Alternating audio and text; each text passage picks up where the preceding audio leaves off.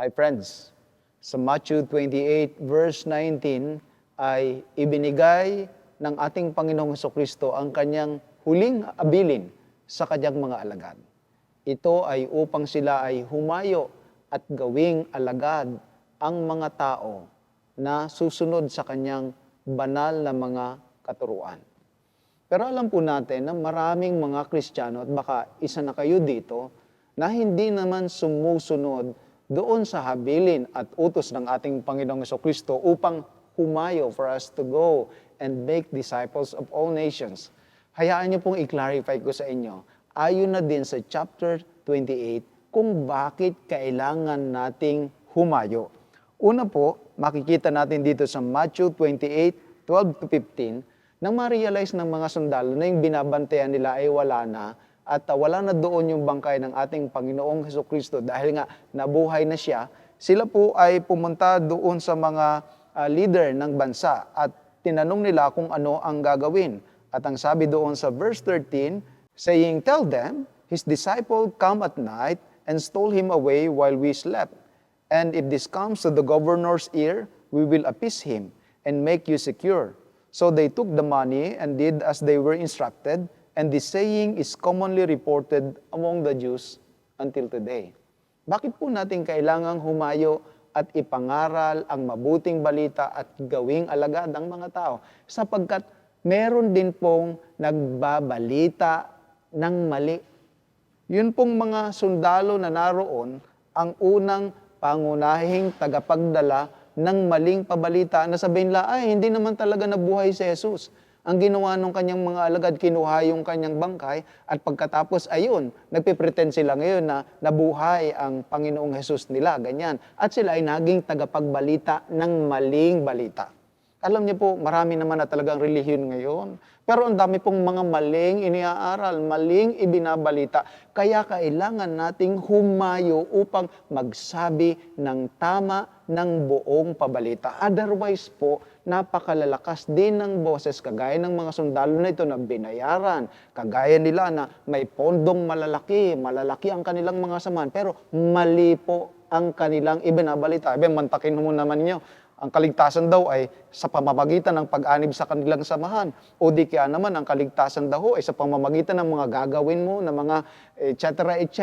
Ay mali ho yun. Pagka ho tayo mananahimik, magiging malakas ho ang maling pabalita. Number 2, bakit tayo kailangang humayo? Ang sabi po dito sa Matthew 28, verse 16 and 17 ay ganito, "Then the 11 disciples went away into Galilee, to the mountain which Jesus had appointed for them.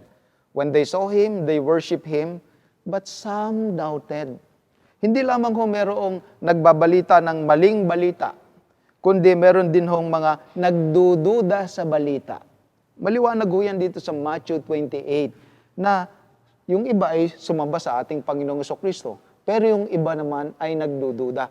Kailangan nating humayo upang ipakilala sa kanila ang katotohanan. Humayo upang gawin silang matitibay na mga alagad. At kung magkagayon, matanggal ang mga duda sa kanilang mga puso. Sa atin ho mismong iglesia, sa atin ho mismong samahan, may mga taong nagdududa. Kaya hindi ho dapat tayo mananahimik, kundi tayo ay makikilahok sa ating paglabas at paggawa ng mga alagad. Number 3, kaya ho tayo kailangang makasangkot, ay dahil ho, meron talagang mabuting balita. Sa 28 verse 6, alam niyo po ang sabi ng anghel na kumausap doon sa mga alagad, "He is not here, for he is risen. As he said, come see the place where the Lord lay, and go quickly, tell his disciples that he is risen from the dead, and indeed he is going before you into Galilee. There you will see him. Behold, I have told you." So they went out quickly from the tomb with fear and great joy, and ran to bring the disciples word, the appearance of Jesus to the women. And as they went to tell his disciples, behold, Jesus met them, saying, "Rejoice." So they came and held him by the feet and worshiped him. Then Jesus said to them, "Do not be afraid. Go and tell my brethren to go to Galilee, and there they will see me."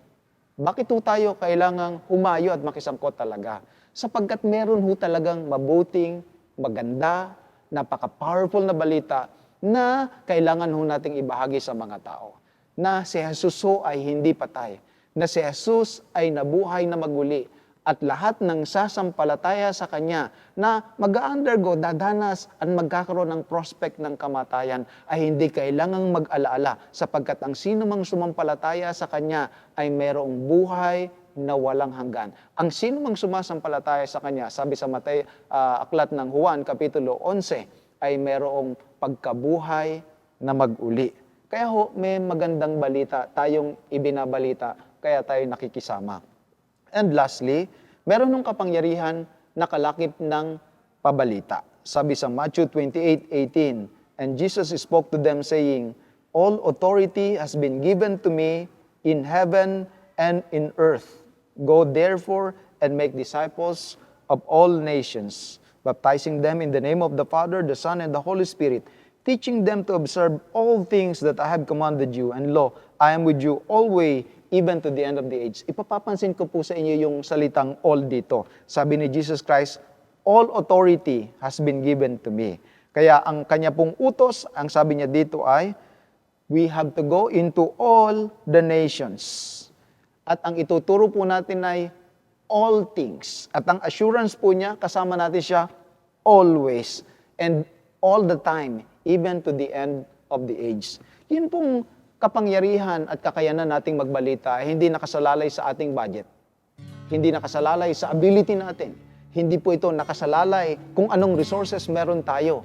Huwag yung lagi nating pinoproblema, wala po kaming ganito, Pastor. Alam niyo po, sa tagal ng aking pakikisangkot sa gawain, wala pa akong nakitang gawain ng pagmimisyon, ng pagbabalita na pinagkulang ng ating Panginoong Diyos sapagkat ang pangangailangan ay Kanyang sinusuplayan at ang kalakasan ay Kanyang ipinagkakaloob. Kaya po tayo nakikisangkot sapagkat lahat ng kapangyarihan ay ipinagkaloob na sa ating Panginoong Diyos. At ipuprovide niya po ang kinakailangan upang magawa natin ang pagbabalita ng mabuting balita sa mga tao. Hindi ko po alam kung anong excuse ninyo, pero lalo na po sa panahong ito, kailangan ng mga tamang tagapagbalita sapagkat merong mali ang ibinabalita. Merong nagdududa sa pabalita at meron din po na talaga namang mabuting balita. At merong kapangyarihan kapag nakisangkot tayo sa pagbabalita at paggawa ng mga apostol at disipulo sa ating kapanahuran. Because even now, even in this confusing world, we can live on God's Word in this world.